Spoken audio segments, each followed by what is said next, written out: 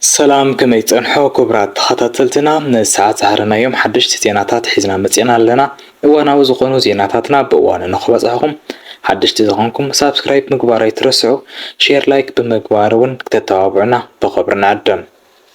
معراب تقراي نمكوزار استجمرة دمساساي اوبريشن عمولو كباباز عتبه ورار حيلي ايدو مهابو قبل علي حيلي سلام استجمرة سرحيت دمس ويانا ناب سودان مقوعزان مجماري فاوي تورنتن ኣብ ቁፅፅር ሓይልታት ጽምዶ ዝወዓላ ወረዳታት ቤንሻንጉል ምዕራብ ትግራይ ነፃ ንምውፃእ ኣብ ዝግበር ዘሎ ኦፕሬሽን ንምሕጋዝ ዝተላኸ ሓይሊ ፋኖ ህወሓት ደወል ነፃነት ምዕራብ ምድዋላ ብተከዘ ዝክስከስ ዘሎ ስርሒት ብደቡብ ግንባር ዝተማረኹ መራሕቲ ውግእ ክቡራትን ክቡራትና ናይዚኦምን ናይ ካልኦት ብርክት ዝበሉ ምዕባለታትን ክነካፈለኩም ኢና ክትከታተሉና ብኽብሪ ንዕድመኩም ካብ ዝተፈላለዩ ግንባራት ዝተረኸበ ሓበሬታ ከም ዝሕብሮ ወራር ሓይሊ ስጉምቲ ይውሰደሉ ከም ዘሎ ተሓቢሩ ድምፂ ወያነ እውን ማእኸሉ ኣብ ሱዳን ከም ዝተኸፈተ ተፈሊጡ ኣብ ሕድሕድ ግንባር ዘሎ ትኩስ ሓበሬታ ናባኹም ክነብል ኢና ፈለማ ግን ድምፂ ወያነ ዝምልከት ዜና ክነቐድም ኣብቲ ጆኖሳይዳዊ ኩናት ትግራይ ትካላት ሚድያ ትግራይ ብብልፅግና መሻርክትን ተዓፊነን ከም ዝነበራ ካብ ትግራይ ሓበሬታ ንምርካብ ኣሸጋሪ ከም ዝነበረን ይፍለጥ ሕዚ ዝተረኸበ ምሽጥራዊ ሓበሬታ ከም ዝገለጸ ድምፂ ወያነ ትግራይ ካልኣይ ማእኸሉ ኣብ ሱዳን ከም ዝኸፈተን ህዝቢ ትግራይ ንምግልጋል ምድላዋቱ ከም ዝወድአን ዝተረኸበ ሓበሬታ የርድእ መሰረት እቲ ዝተረኸበ ሓበሬታ ኣብ ዝሕዚ እዋን እቲ ኣብ ሱዳን ዝርከብ ማእኸላይ ናይ ፈተነ ግዜ ወዲኡ ናብ ስሩዕ ንምእታው ዝተዳለወ ከም ዝኾነ ዝተገለጸ እንትኸውን መራሕቲ ትግራይ ካብ ሕሉፍ ተመክሮ ወሲዶም ዘዳለውዎ ከም ዝኾነ እዩ ዝግለጽ ዘሎ ሱዳን ኣብ ዝሕዚ እዋን ሙሉእ ንሙሉእ ካብ ጦርነት ነፃ ንምውፃእ ተቃሪባ ከም ዘላን ብጀነራል ሓምዳን ደጋሎ ዝምራሕ ዓመፃ ሓይሊ ሱዳን ምስ ኢትዮጵያ ዝነበረ ርክብ ምስ ተቋረፀ ተስፋ ቆሪፁ ናብ ጎረባብቲ ሃገራት ይሃድም ከም ዘሎን እናተገለጸ ይርከብ እዚ ከምዚ ኢሉ እናሃለወ ብኮሚቴ ትግራይ ዝተወሰነ ውሳነ ስዒቡ ኣብ ምዕራብ ትግራይ ዘሎ ሓይሊ ሙሉእ ብምሉእ ተኸቢቡ ስጉምቲ ይውሰደሉ ከም ዘሎ ተገሊጹ ካብ ፍልፍላት ዝተረኸበ ሓበሬታ ከም ዝገለጾ ኣርምታት ሰራዊት ትግራይ ብተከዘ ብሱዳንን ብኤርትራን ብምእታው ንዓመታት ኣብ ምዕራብ ትግራይ ዓሪዱ ዝነበረ ትግራይ ከሳቂ ፀንሐ ወራሪ ሓይሊ ሕዚ ግን ናይ ኢዱ ይረክብ ከም ዘሎ ካብ ወታደራዊ ፍልፍላትና ዝተረኸበ ሓበሬታ የርድእ ሰራዊት ብልጽግናን መሻርክቱን ሰራዊት ትግራይ ብተከዘን ሱዳንን ከኣቱ ይኽእል እዩ ብዝብል ጽኑዕ ክትትል ክገብር እኳ እንተጸንሑ ሰራዊት ትግራይ ግን ብኤርትራ ኣትዩ ዝወሰዶ ናይ ቆረፃ ስርሒት ብርጊዳት ወረርቲ ምስ መራሕትን ብሃንደበት ኣብ ሙሉእ ከበባ ከም ዝኣተወን ኢደን ከም ዝሃባን ካብቲ ግንባር ዝተረኸበ ሰበር ዜና ይገልጽ ዛጊድ ብዘሎ ሓበሬታ መሰረት ብዙሓት ድፍዓት ወረርቲ ከም ዝተሰብሩን ወራሪ ሓይሊ ዝሕዘን ዝጭቡጠን ከም ዝጠፍኡን እናተገለጸ ይርከብ ካብ ምዕራብ ትግራይ ዝተረኸበ ተወሳኺ ሓበሬታ ከም ዝገለጸ ድማ ኣሃድታት ፋኖ እውን ንሰራዊት ትግራይ ንምሕጋዝ ናብ ምዕራብ ትግራይ ከም ዝተለኣኸን ሰራዊት ብልጽግና ቀረብን ናይ ሰራዊት ሓገዝን ዘመላልሰሉ ዝነበረ መስመር ብምዕፃው ኣብ ልዕሊ ሰራዊት ብልጽግናን መሻርክቱን መጥቃዕቲ ከፊቶም ከም ዘለዉ ተፈሊጡ ፋኖ ምዕራብ ትግራይ ናይ ትግራይ እዩ ዝብል መርገፂ ከም ዝሓዘን ኣፈላላያት እንተሃልዮም እውን ድሕሪ ምእላይ ስርዓት ብልጽግና ብዘተ ዝፍታሕ እዩ ኢሉ ዝብል መርገፂ ከም ዝሓዘን ክፅብፀብ ፀኒሐ እዩ ብሓይልታት ጽምዶ ዝሕገዝ ዘሎ ሰራዊት ሱዳን ኣብ ክልል ቤንሻንጉል ብዝወስዶ ዘሎ መጥቃዕቲ መራሕቲ ትኽልል ናብ ኣዲስ ኣበባ ከም ዝሃድሙ እናተገለጸ ይርከብ ሰራዊት ሱዳን ኩምሩክን ካልኦት ኣብ ዶባት ኢትዮጵያ ዝርከባ ግዛኣታትን ድሕሪ ምቁፅፃሩ ሃዲሙ ናብ ቤንሻንጉል ጉሙዝ ዝኣተወ ሰራዊት ብልጽግናን ሰራዊት ህፁፅ ደገፍ ወሃቢ ሓይሊ ሱዳንን ተኸቲሉ ብምእታው ብድሮን ዝተሓገዘ መጥቃዕቲ የካየድ ከም ዘሎ ተገሊጹ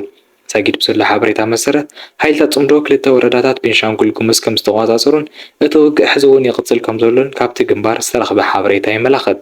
ሆስፒታል ኣሶሳ ብቆስላት መሊኣ ከም ዘላ ዝገለጹቶም ፍልፍላትና እቲ ውግእ ዝቕፅል እንተኾይኑ በዝሒ ተሓካሚ ካብ ዓቕሚ እቲ ሆስፒታል ንላዕሊ ከም ዝኾነ ገሊፆም ኣለዉ ብልጽግና ኦሮሞ መቐለ ተቆፃፂሩ ናብ ወደብ ዓሰብ ንምግስጋስ ንዓመታት ክሰርሕ እንተጸንሐ ብልጽግና ኦሮሞ መቐለ ተቆፃፂሩ ናብ ወደብ ዓሰብ ንምግስጋስ ንዓመታት እኳ ክሰርሕ እንተጸንሐ ሕዚ ግን ብዘይተጸበዮ መንገዲ ሓይልታት ጽምዶ ብቤንሻንጉል ጉሙዝ ናብ 4 ኪሎ ጉዕዞ ምጅማሮም ስልጣን ብልጽግና መወዳእቱ ከም ዝበፅሕ እናተገለጸ ይርከብ ደገፍቲ ብልጽግና ዝኾነ ሚድያታትን ኣክቲቪስታትን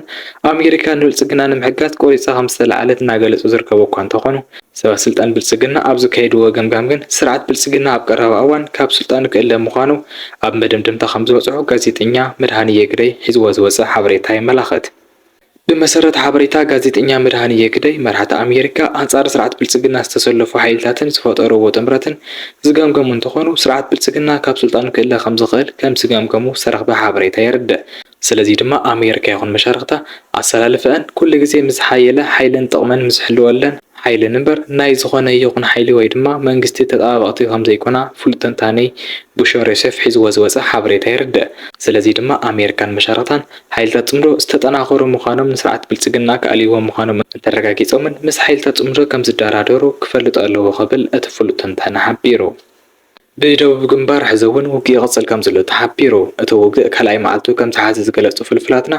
ወረርቲ ሓይልታት እግሮም ናብ ዘምርሖም ይሃድሙ ከም ዘለውን ሓይልታት ጽምዶ ንቕድሚት ይቅስቅሱ ከም ዘለውን ገሊፆም። ካብቶም ብደቡብ ግንባር ኣብ ልዕሊ ህዝቢ ትግራይ ትንኮሳታት ዝፈጸሙ ዝነበሩ ሓይልታት ሓደ ዝኾነ ሓይሊ ሓራ መሬት እንትኸውን ሕዚ ግን እቲ ሓይሊ ብብልጽግና ንኽፈርስ ከም ዝተወሰነሉ ዝተረኽበ ምሽጥራዊ ሓበሬታ ይርድእ። ብልጽግና ኣብዚ መደምደምታ ክበጽሕ ዝኸኣለ እቲ ሓይሊ ቢልዮናት በጀት ተመዲብሉ ንዓመታት ክንቀሳቐስ እኳ እንተጸንሐ ተልእኾ ኣይፈጸመን ተባሂሉ ብምግምጋሙ ከም ዝኾነ ዝተረኽበ ሓበሬታ ይመላኸት። ብልጽግና ኦሮሞ ሓይሊ ሓራ መሬት እንትምስረት ትግራይ ሕድሕድ ንምብላዕ ንምድኻምን ከም ዝኾነ ፍልፍላት ይሕብሩ።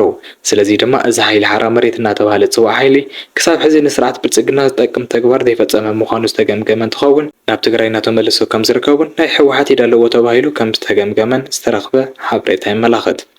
ላዕለዎት ኣመራርሓ ስርዓት ብልጽግና ኣብ ዘካየድዎ ህፁፅ ኣኼባ ሰራዊት ትግራይን ሕወሓትን ንምፍራስ ዝኸድዎ ኩሉ ዓይነት ሸርሒ ከም ዝመኸነን ብቢልዮናት ገንዘብ መዲቦም ዝጀመርዎ ትግራይ ናይ ምፍራስ ፕሮጀክት ከም ዝፈሸለ ገምጊሙ ኣሎ። ብልጽግና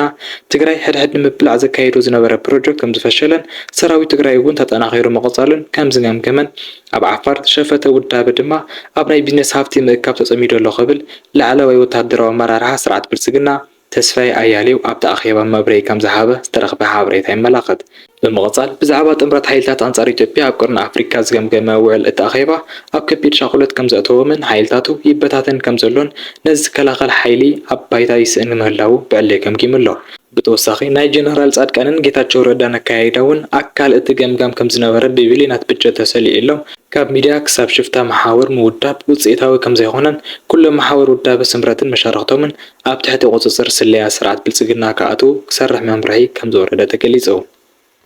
ገንዘብ ህዝቢ ትግራይ ብብልጽግና ከም ዝተወረሰ ተሓቢሩ። ስርዓት ብልጽግና ህዝቢ ትግራይ ኣዳኺሙ መራሕቲ ሕወሓት ንምሓዝ ብዙሕ ሜላታት ይጥቀም ከም ዘሎ ሊቃውንቲ ፖለቲካ ይገልጹ።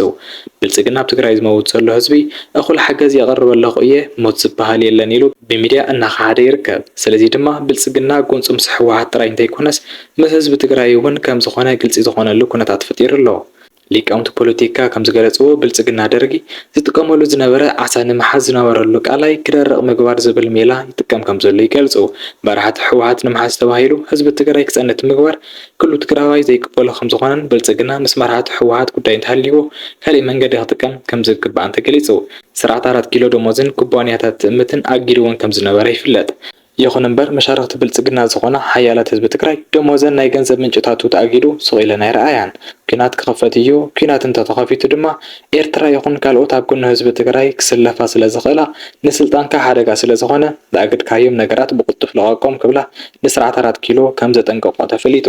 ብመሰረት እቲ ዝተረኸበ ምሽጥራዊ ሓበሬታ ብልጽግና ብዝተፈላለየ ሜላታት እናተጠቐመ ሕወሓት ክትዳኸም ምግባር እምበር ሙሉእ ህዝቢ ትግራይ ከቆጥዕን ኣብ ጎኒ ሕወሓት ከሰልፍን ዝገብር ተግባር ከይፍጽም ምኽሪ ከም ዝተለገሰሉ ተሓቢሩ። ህዝቢ ትግራይን ሕወሓትን ንምድኻም ኣብ ዝስርሐሉ ሙሉእ ህዝቢ ትግራይ ዘቆጥዕ ነገር ከይገብር ዝተነገረ እንትኸውን ተመሳሳሊ ስሕተታት እንተፈጺሙ ግን ሕወሓት ዳግማይ ህዝቢ ትግራይ ኣብ ጎኒ ሰሊፉ ንብልጽግና ሓደጋ ከም እትኸውን ከም ዝተነገሮን ኣብ የመድ እውን ሕወሓት ይዳኸም እዩ ዝብል ዘሎ ሓድሽ ትልሚ ከም ዘውፅአ እቶም ምሽጥራዊ ፍልፍላት ይሕብሩ። ስለዚ ድማ ብልጽግና ንሕወሓት ዘዳኸማ ኩባንያታት ብምእካድ ወይ ድማ ነዳዲ ብምእካድ እንተይኮነስ ናብ ትግራይ ዝኣቱ ቀረብ ብምክዳብ ቀስ ብቐስ ክትዳኸምን ህዝባ ክስደትን ብምግባር ከም ዝኾነ ተገሊጹ። ክቡራት ተኸታተልቲ ነዚ ሰዓት ዝሓዝናዮም ዜናታትና እዚኦም ይመስሉ ነይሮም። ቻነልና ሳብስክራይብ ምግባር ከይትርስዑ ምክትታልኩም ነመስግን። ሰላም።